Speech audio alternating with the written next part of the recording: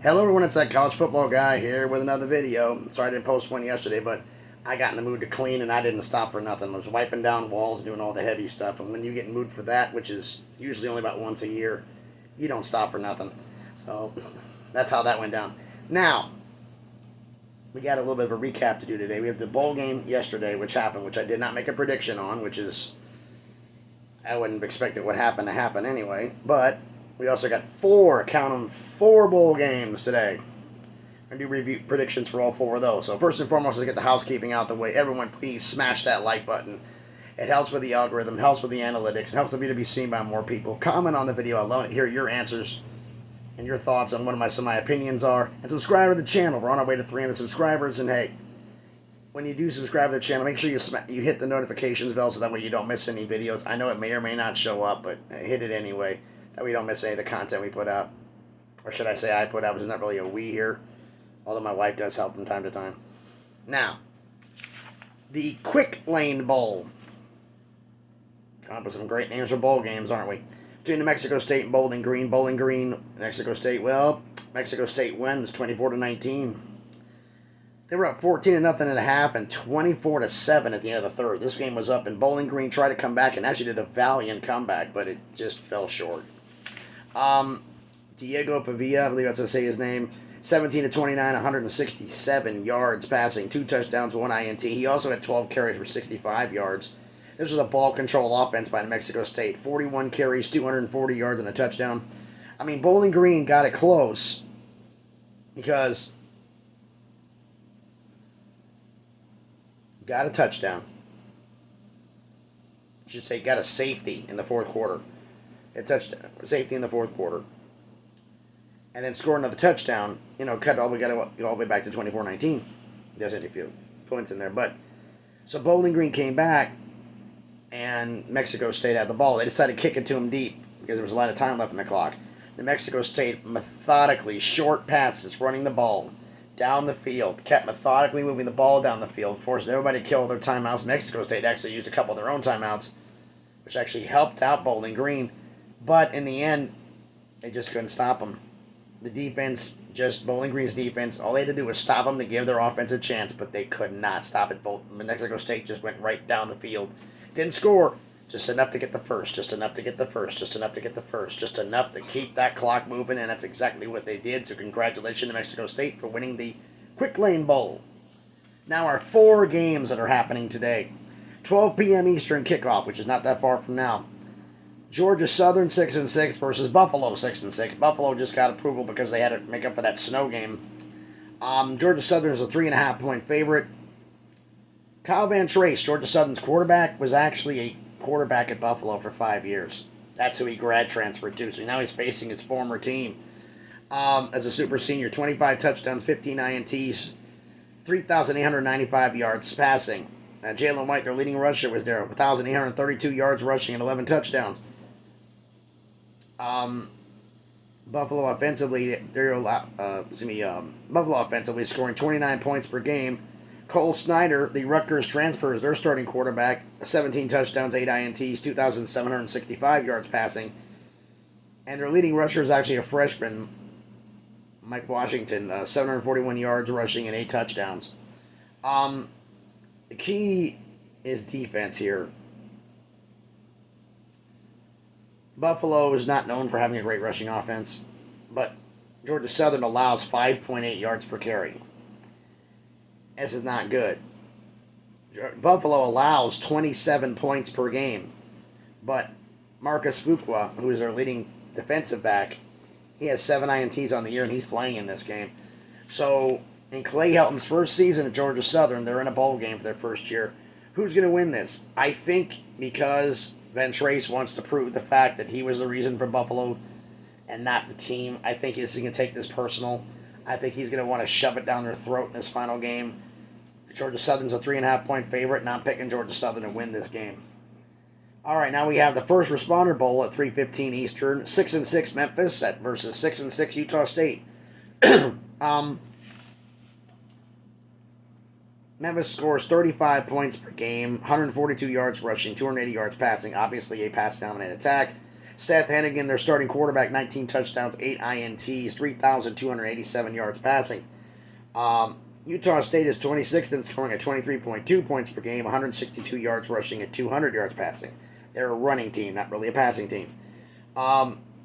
Memphis allows 27 points per game, 123 rushing, and 250 yards passing. So their pass defense is their weak point, but their rush defense is pretty good.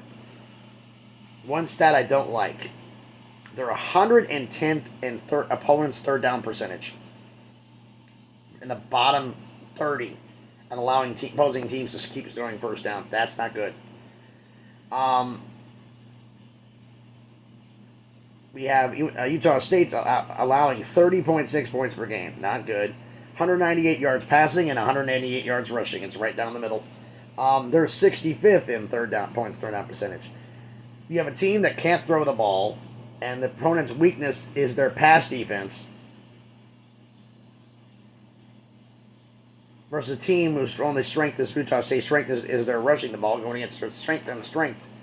When it comes to Utah State's strength against Memphis's weakness, and it's pick your poison with Memphis, and their pass defense is pretty good, but not good enough to handle this. So Memphis is a 7.5 point favorite, and I gotta think Memphis is gonna win this. I think they're gonna do it. They're gonna win this game. Now we have the 6:45 p.m. Eastern kickoff, the Birmingham Bowl. 9-3 Coastal Carolina versus 7-5 East Carolina. Jimmy Chadwell, the Coastal Carolina head coach, he got signed with Liberty, so defensive coordinator Chad Higgs, or whatever his name is here, I wrote it kind of fast. He's going to be the interim head coach for this game. Coastal Carolina, Grayson McCall, the starting quarterback, is back with his 2,633 yards passing. They're scoring 29 points per game, but Coastal Carolina is giving up 30. Not good. East Carolina has scored 30 points a game 6 times this year, averaging 495 yards offense. So they're scoring when they're giving up.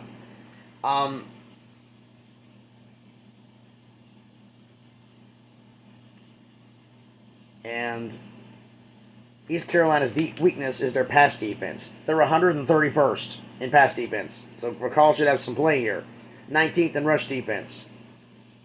27 points per game allowed. This is 27 points per game allowed by East Carolina. Because I was debating hard on this game. But I think because Chadwell's not there, I think that's a big reason for this. I'm going to pick East Carolina. They're a 7.5 point favorite. I'm going to pick them to win this game, but I do not think they're going to cover. I think that they're going to come up. It's going to be close, and Coastal Carolina could very well win this. But I'm still going to pick East Carolina to beat Coastal. All right, now I call this the Opt-Out Bowl, otherwise known as the Guaranteed Rate Bowl. 10:15 p.m. Eastern. 6-6 Wisconsin at 7-5 Oklahoma State. Oklahoma State, hey, your 17th consecutive bowl appearance. Congratulations on that, even though you lost 4 of your last 5 games coming into this thing. Wisconsin, offensively, only scoring 13.7 points per game. They're at Wisconsin starting quarterback Graham Mertz. He went in the portal and went to Florida. So either, let me get this down here. Chase Wolf, senior Chase Wolf, or freshman Miles Barrett will be the starting quarterback. At this point in time making this video, I don't know who. 6 players. We're getting to that. But their star running back is back though. Braden Allen. I apologize myself. 1,126 yards rushing and 12 touchdowns. He will be there. He didn't opt out. But 6 star players opted out for the NFL draft, including leading tackler Nick Herbis, I think his name is, and nose tackle Keanu Benton opted out of the game, so that hurts Wisconsin. Oklahoma State scoring 13.6 points per game, final 5 games. Wisconsin was scoring 13.67 their final 3, so offensively they're about a match. Spencer Sanders, Oklahoma State star quarterback, he's in the portal.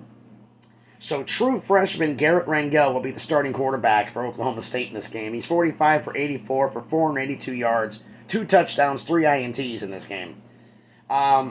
Their leading rusher, Richards, he's also in the portal, along with their leading tackler, Mason Cobbs, in the portal. The stat I was looking for, Oklahoma State's weakness when everybody was healthy was their rush defense. They're allowing 171 yards per game. And Wisconsin's leading rusher is back, and their leading tackler is gone, so it's going to be even worse. Wisconsin's a 3.5-point favorite before this, and I don't see any reason to disagree with this. Your back is back. Their weakness is their rush defense, and they got players gone too, and makes the defense even worse. They're going to run the ball right down their throat. So I'm picking Wisconsin to win this. So let me know down in the comments. What do you think about this? To recap real quick, I'm picking Georgia Southern to beat Buffalo in the Camellia Bowl. I'm picking Memphis to beat Utah State in the First Responder Bowl. I'm picking East Carolina to beat Coastal Carolina in the Birmingham Bowl. And I'm picking Wisconsin to beat Oklahoma State in the Guaranteed Rate Bowl. But let me know down in the comments what you think about this. So thanks everybody for watching the video. I don't know y'all how your weather is where you're at right now, but here in Tennessee we got about 3 inches of snow last night.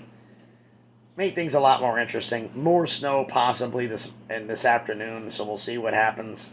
And we still haven't gotten above freezing yet. So we'll see what happens. So thanks everybody for watching the video. Hope everybody's having a great Tuesday. Thanks everybody. Be safe out there, and please be good to each other.